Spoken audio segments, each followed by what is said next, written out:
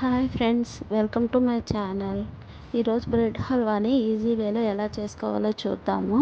ముందుగా milk bread తీసుకొని ఈ 4 సైడ్స్ కట్ చేసేయాలి, ఆ బ్రౌన్ కలర్లో ఉన్నదంతా. తర్వాత వాటిని చిన్న చిన్న పీసులుగా కట్ చేసుకోవాలి.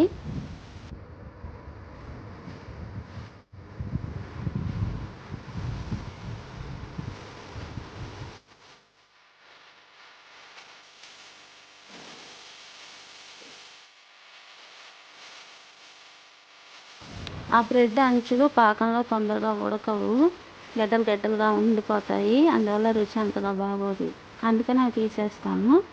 అవి తీసేసి ఆ వైట్గా ఉన్న పీసులు మాత్రం స్మాల్ పీసెస్లా కట్ చేసుకోవాలి.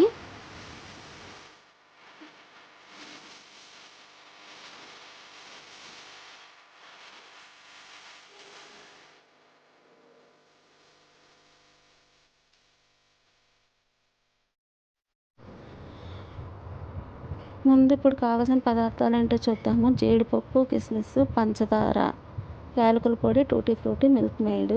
ముందు కడాయిలో కొద్దిగా నూనె, కొద్దిగా నెయ్యి రెండు మిక్స్గా తీసుకున్నాను నేను. తీసుకొని కొద్దిగా నూనె వేడెక్కిన తర్వాత జీడిపప్పు వేసుకొని కొద్దిగా గోల్డెన్ బ్రౌన్ కలర్ వచ్చేదాకా వేపుకున్నాము.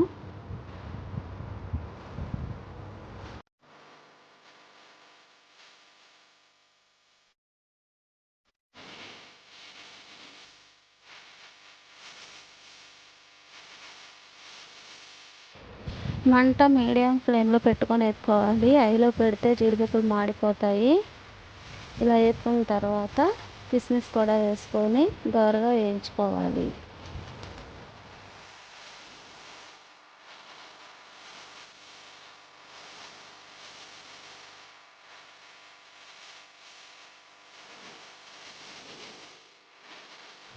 ఇప్పుడు ఇంకొద్దిగా నెయ్యి వేసుకొని బ్రెడ్ స్లైస్లు మొత్తం వేసి దోరగా గోల్డెన్ బ్రౌన్ కలర్ వచ్చేలాగా వేపుకోవాలి. బ్రెడ్ని మొత్తం మధ్య మధ్యలో కలుపుకుంటా మాడిపోకుండా వేపుకోవాలి. బ్రౌన్ కలర్ వచ్చిన తర్వాత పంచదార కూడా వేసుకొని అడుగంటకుండా మీడియం ఫ్లేమ్లో మంట పెట్టి వేపుకోవాలి. నేను ఫ్లేవర్ కోసమని మామూలుగా మన గులాబీ పూలు ఉంటాయి కదా, నాటు గులాబీలు, ఒక 2-3 పెటల్స్ వేసాను.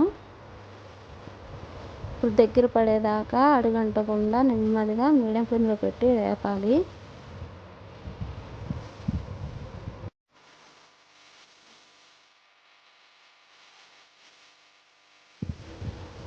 ఇప్పుడు దగ్గర పడుతుందనగా కొద్దిగా పచ్చికోవా తీసుకొని వేసుకోవాలి.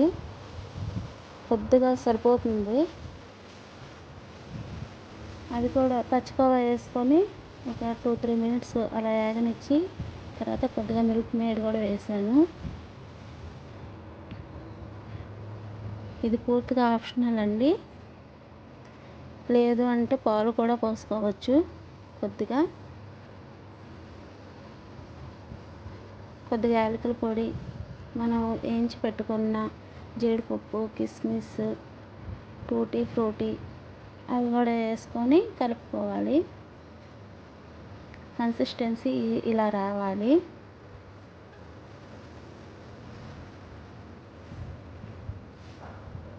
కొద్దిగా సిన్నమన్ పౌడర్ కూడా వేసాను రుచికి తగ్గట్టుగా.